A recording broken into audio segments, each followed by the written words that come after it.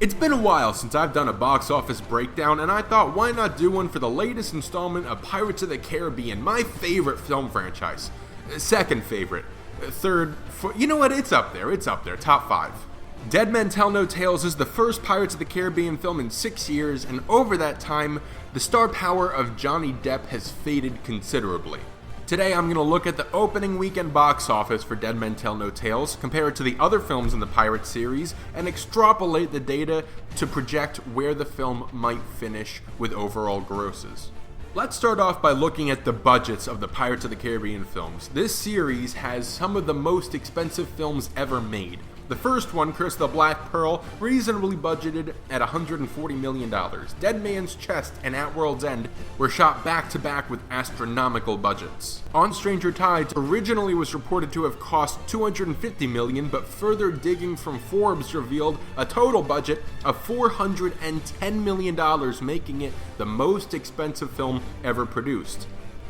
Finally, Dead Men Tell No Tales weighs in with a $220 million budget, although I expect that number is actually higher behind the scenes. So now that we understand how much these films cost, let's take a look at how much they've made. Dead Men Tell No Tales opened to $77 million over the 4-day Memorial Day holiday weekend. It's the second lowest opening in the series behind that of The Black Pearl, which opened to $73 million over 5 days.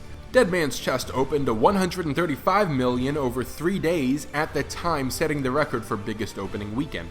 At World's End opened to $140 million over the 4-day Memorial Day weekend, and On Stranger Tides opened to $90 million over a standard 3-day weekend. If we look at just the first Friday, Saturday, and Sunday of these films, Dead Men Tell No Tales opened to $62 million, still the second lowest behind Black Pearl, and a drastic decrease from On Stranger Tides. Dead Men Tell No Tales opening weekend fell short of the $90 million to $100 million opening that experts were expecting at the beginning of May. Being the 5th film in this franchise, box office regression is to be expected, and in all fairness, could have been worse.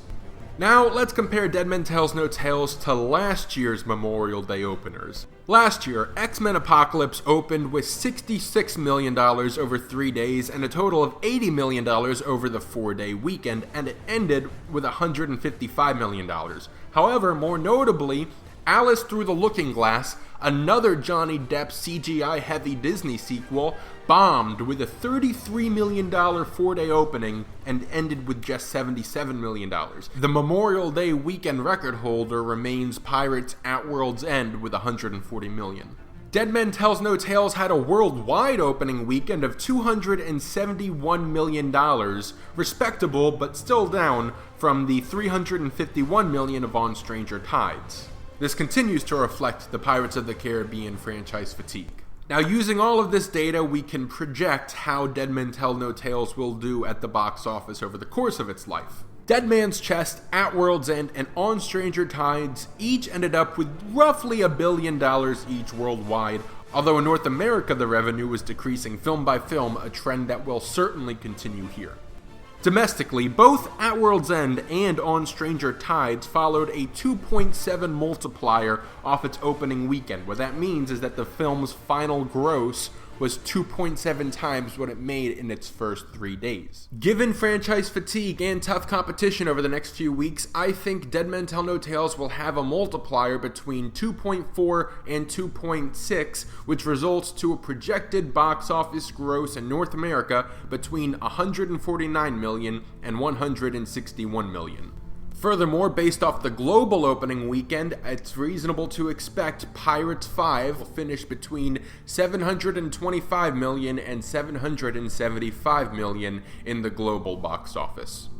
If these numbers play out, Dead Men Tell No Tales is a success for Disney, and the film will recoup its entire production budget and earn a little bit of profit, but it might not be enough to guarantee the success of another film in the franchise. If we are to assume a 6th film will continue the box office regression, would Disney be comfortable with only, let's say, $600 million at the box office? While Dead Men Tells No Tales opening weekend was less than the initial predictions and probably less than what Disney was hoping for, this film is not a flop. Yes, it will be the lowest grossing in the entire series. So there's your box office breakdown for Pirates of the Caribbean, Dead Men Tell No Tales. I hope you enjoyed this video. Please, let's have a conversation in the comments below. What did you think about this movie? Did you enjoy it? Do you think this franchise is over? Subscribe to my channel if you have not done so already, and stay tuned for more here on TV Junkie.